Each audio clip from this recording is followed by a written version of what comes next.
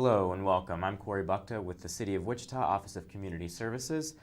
Here with me is Park and Recreation Director Troy Houtman for our ongoing series discussing professional management of the Wichita Municipal Golf Courses. You can get caught up on the conversation at forum.wichita.gov.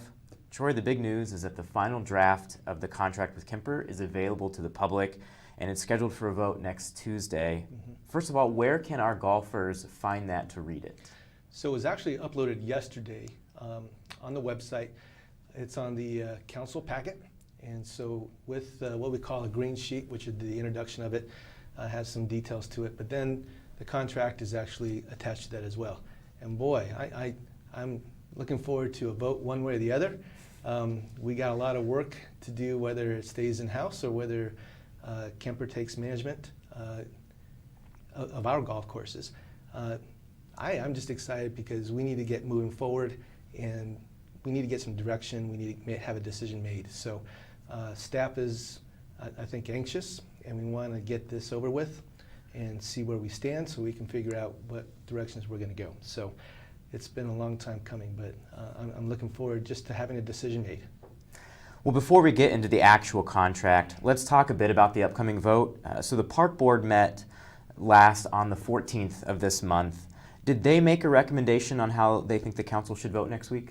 They did. Right now they're one short, so it was 6 Park Board members, and the vote went 5-1, recommending Kemper for the management of the golf courses.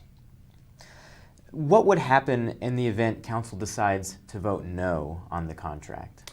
So we would keep operations the way we're doing it now, and as I mentioned, we have a lot of work to do.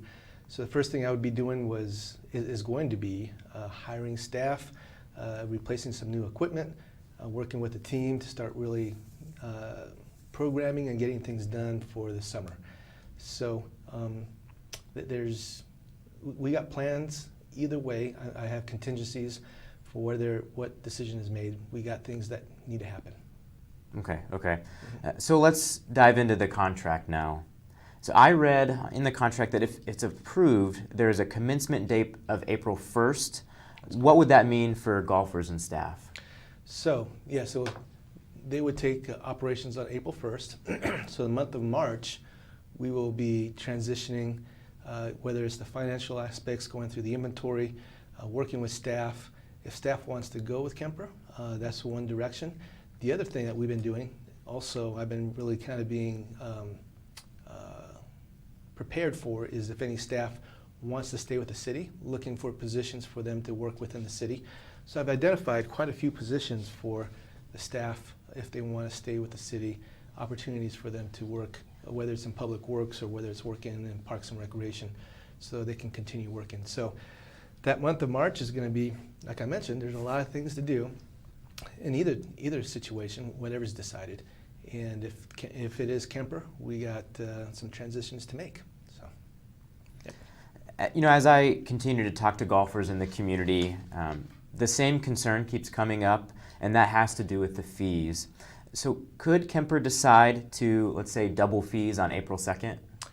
They don't have that authority. So I think we've tried to make this really clear and share this information. The ultimate authority maker on those fees is City Council.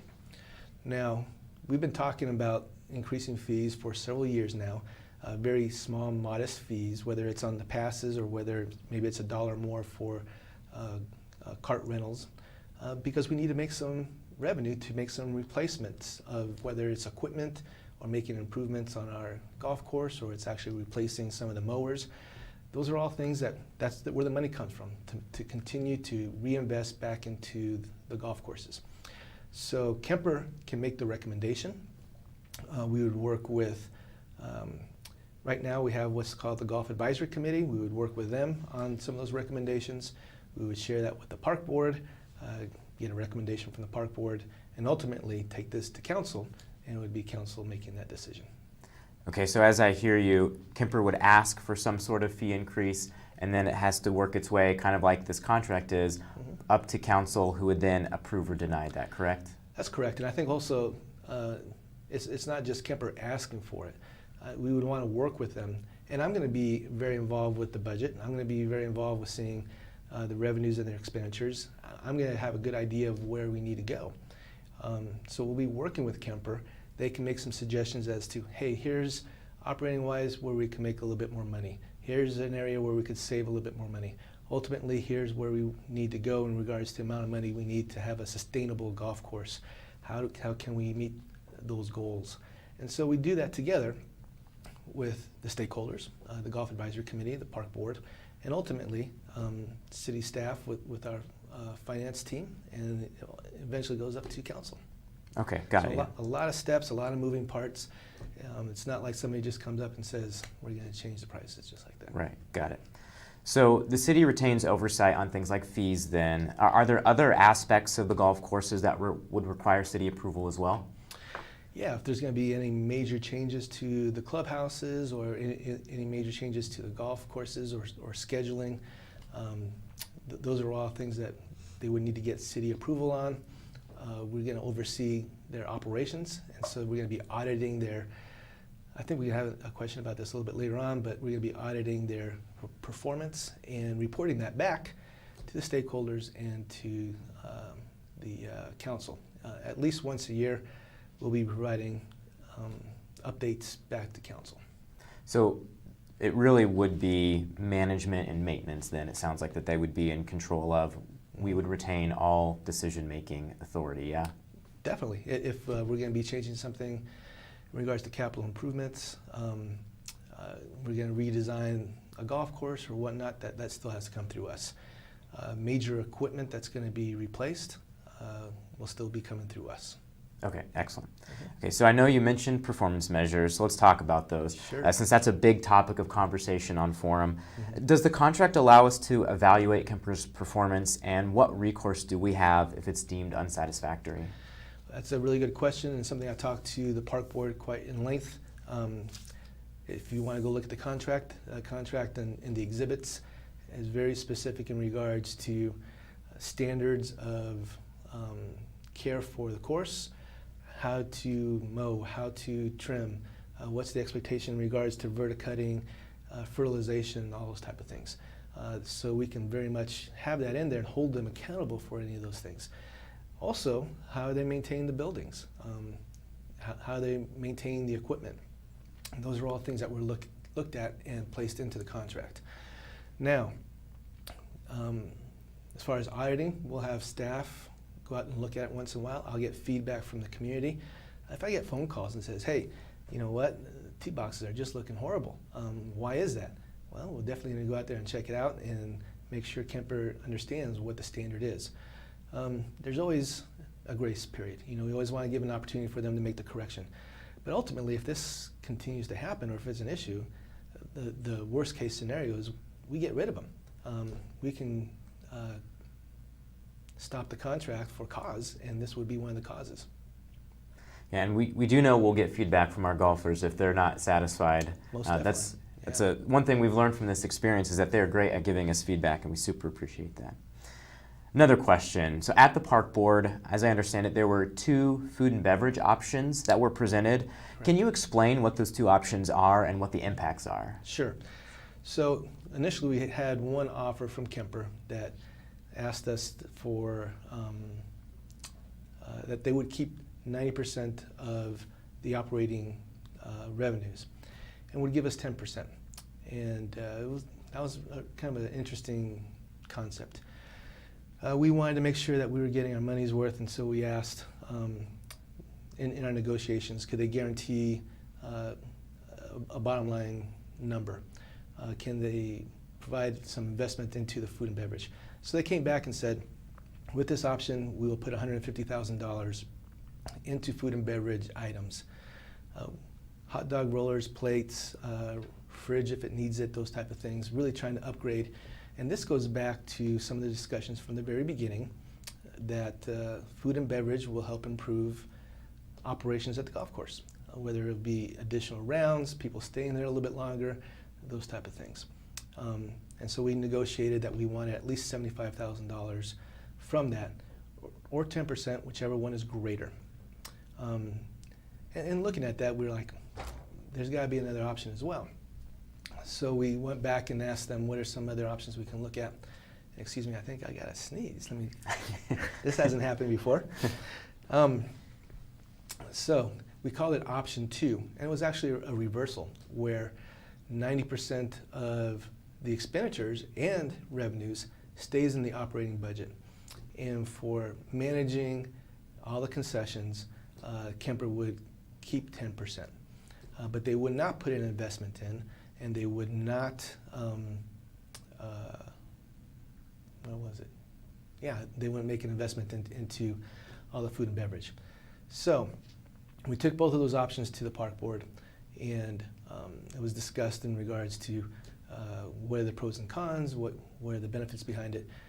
And there's some innate values with having Kemper take this on, because they'll take on the risk of any of the food items in regards to storage, going out and purchasing it, finding the best deals, dealing with theft, dealing with spoilage, all those things that go with managing food and beverage items.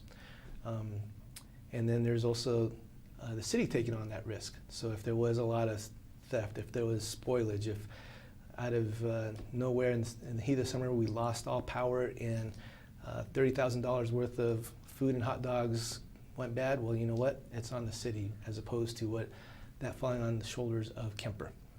So the park board made a vote, and they voted for option number 1. Now, that's a recommendation, and we, as staff, took a look at that recommendation and kind of evaluated where we're at, and kind of thought, you know what, that risk is probably not that large. Maybe it's a better opportunity for us to keep all that in the operating budget. So our recommendation, as we're taking it to council, is this option number 2, where Kemper will keep 10% for managing all the food and beverage, but 90% of the expenditures, as well as 90% of all the revenues, will stay within the operating accounts of golf. So that's a decision that council has to make as well, then? Well, we built it into the contract, so obviously if they want to make any changes, they'll let us know. This is what's so great about this is when we take things to council, they look at the contract. They've been familiar with this. I think several of those council members went to the park board meeting and actually sat in the park board meeting so they can hear and see what's going on. So the contract isn't always final until they make the final vote. They can make some changes to the contract if that's what they want, or not even accept the contract. Yeah, it's going to be interesting to see what happens. Yeah. Regarding the contract, is there anything else in there that you think our golfers might appreciate or should know about that we haven't already mentioned here? So going back to taking all this to the park board and sharing this with the Golf Advisory Committee. At the park board meeting, there were several members from the Golf Advisory Committee that came and spoke, and we actually made some changes to the draft contract. There was also some comments from the park board that came through that actually we went back and made some changes to the contract and said, hey, Kemper, these are some of the things that our stakeholders want changed, and they accepted, and we made some changes to that draft, and so now we have the newest draft that's going to council. So to me, I think it's really what we do. What we try to do is to get this information out. We got the draft contract to the park board, I think it was a week ahead of time, so they can go through it. And boy, they did go through it. I could tell because they had some really very poignant questions and detailed questions as well.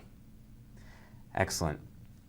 Troy, again, I want to thank you for taking the time to answer these questions today, but also for doing this whole series with us. I think it's been very helpful not only to get the information out, but to get some engagement with the golfers as well on what we know is it's a topic they're very passionate about. Mm-hmm. And I also want to take a moment to thank everyone who's been participating on Forum.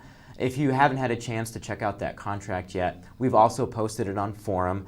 And again, you can find that at forum.wichita.gov, or you can find it attached to the agenda packet for this coming City Council meeting on March 1st. And that, again, you can find on wichita.gov under City Council. Thank you all for watching today and for engaging with us on the platform and through Facebook or YouTube Live. We hope that you participate in the other upcoming discussions and continue to share your feedback with us regarding golf and other topics you care about. Thanks.